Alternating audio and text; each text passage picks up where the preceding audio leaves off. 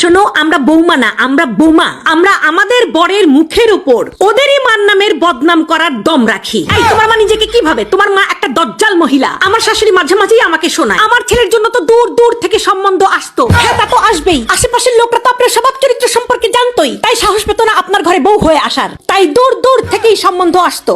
ননদ হচ্ছে ডিরেক্টর আর শাশুড়ি হচ্ছে অ্যাক্টর। ননদ ফোনে ফোনে ডিরেকশন দেয়, শাশুড়ি লক করে। শাশুড়ি যদি হয় পেট্রোল, ননদ হয় দেয়াশালাই।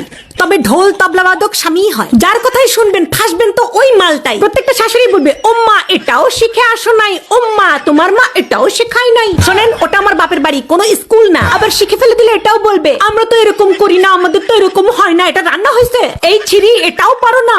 আরে এত সমস্যা যখন নিজে গিয়ে করেন, বৌমা বাড়িতে আসার পর দেখবেন ওরা আর কোনো কাজ করতে পারে না। তাহলে আগে এই কাজগুলো কে করতো?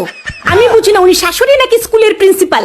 সবসময় পারমিশন নিতে হবে। May I go to market, may I go to বাপের বাড়ি, ডাব্বে মে ডাব্বা, ডাব্বে মে আলু। সব শাশুড়ি গুলাই হয় এক নম্বরের চালু। এরা সবাই ধোয়া তুলসী পাতা, শুধু আমি বিছুটি পাতা। তাই আমাকে দেখলেই ওদের খালি চুলকায়। আমি তো বাড়ির বউ, আমি খাবার কেন হজম করব? আমি তো শাশুড়ির তেরা কথা হজম করব। আমার শাশুড়ির চোখের প্রবলেম আছে, আমার ভালো দেখতেই পারে না।